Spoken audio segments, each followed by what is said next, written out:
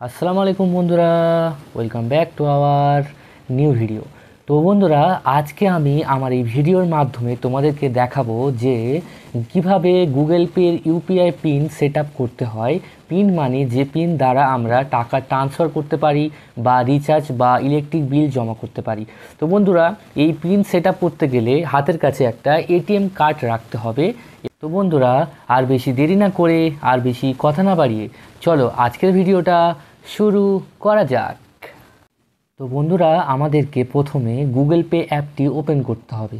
Open করার পরে যে যার পাসওয়ার্ড আছে সেটা ওপেন দিয়ে দিতে হবে। তারপরে গুগল পে ডান দিক অপশান যেটা ফটো আছে এখানে ক্লিক করতে হবে। করার পরে নিচের দিকে খেয়াল করলে দেখতে পাবে যে ব্যাঙ্ক অ্যাকাউন্ট অপশান আছে, এখানে ক্লিক করতে হবে। তারপর নিচের দিকে দেখো এখানে লেখা আছে অ্যাড ব্যাঙ্ক অ্যাকাউন্ট, এই অপশানে ক্লিক করতে হবে।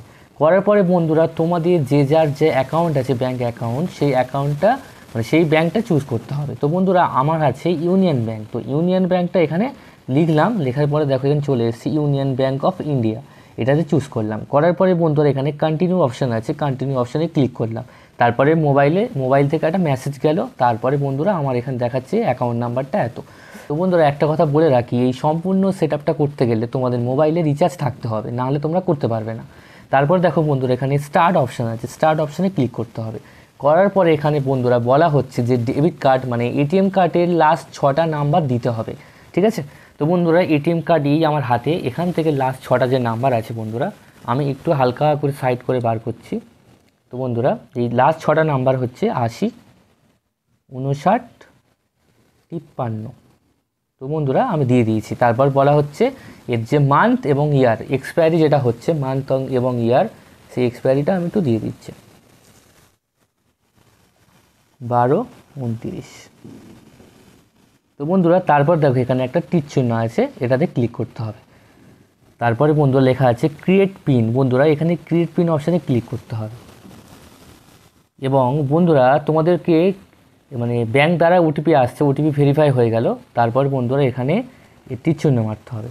তবে যেটা বলে রাখি বন্ধুরা, দেখো এই যে এটিএম কার্ডটা আছে, এটিএম কার্ডটা ব্যাঙ্ক থেকে হাতে পাওয়ার পরে এই এটিএম কার্ডটা দিয়ে মানে এটিএম মেশিন থেকে প্রথমে এটিএম পিনটা সেট আপ করতে হবে। তো এটিএম পিন কীভাবে সেট আপ করবে সম্পূর্ণ এই ভিডিওটা মানে আমার এই চ্যানেলে এই ভিডিওটা পেয়ে যাবে যে কীভাবে সেট আপটা করতে হয়। এবং আমি ডেসক্রিপশানে লিঙ্কটা দিয়ে দিচ্ছি যে ইউপিআই পিন মানে এটিএম পিন কীভাবে সেট আপ করতে হয়। তো বন্ধুরা দেখো এখানে বলা হচ্ছে যে আমি যে এটিএম পিনটা সেট আপ করেছিলাম এটিএম মেশিন থেকে, সেই এটিএম পিনটা আমাকে দিতে হবে। তো আমি এটিএম পিনটা আমি একটু দিয়ে দিচ্ছি, একটু সাইড করে দিয়ে দিচ্ছি যাতে কেউ দেখতে না পায়। তো বন্ধুরা, তারপর দেখো বন্ধুরা এখানে টিক চিহ্ন আছে, এখানে ক্লিক করতে হবে। তো তারপরে আমাদেরকে দেখো 4টে পিন দিতে হবে, 1 2 3 4 দিতে পারো বা যে কোনো তোমরা 4 সংখ্যার পিন দিয়ে দিতে পারো। আমি প্রথম দিয়ে দিয়েছি। তারপর সেম টু সেম প্রথম যে 4টে সংখ্যার পিন দিয়েছি ইউপিআই পিন সেট আপ করার জন্য, সেই 4টে সংখ্যার পিন আবারও দিয়ে দিতে হবে কনফার্ম পিন হিসাবে।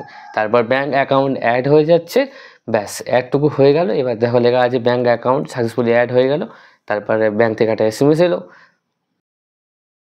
তো বন্ধুরা দেখো এই যে আমি দেখিয়ে দিচ্ছি, এখান থেকে আমার যে এসএস টেলিকম মানে যে কারেন্ট অ্যাকাউন্ট আছে এখানে চেক ব্যালেন্স করেও আমি দেখিয়ে দিচ্ছি বন্ধুরা। এখানে যে পিন আছে এই পিন আমি এখানে একটু দেখিয়ে দিচ্ছি বন্ধুরা কত টাকা আছে। দেখো বন্ধুরা 9,999 টাকা 70 পয়সা।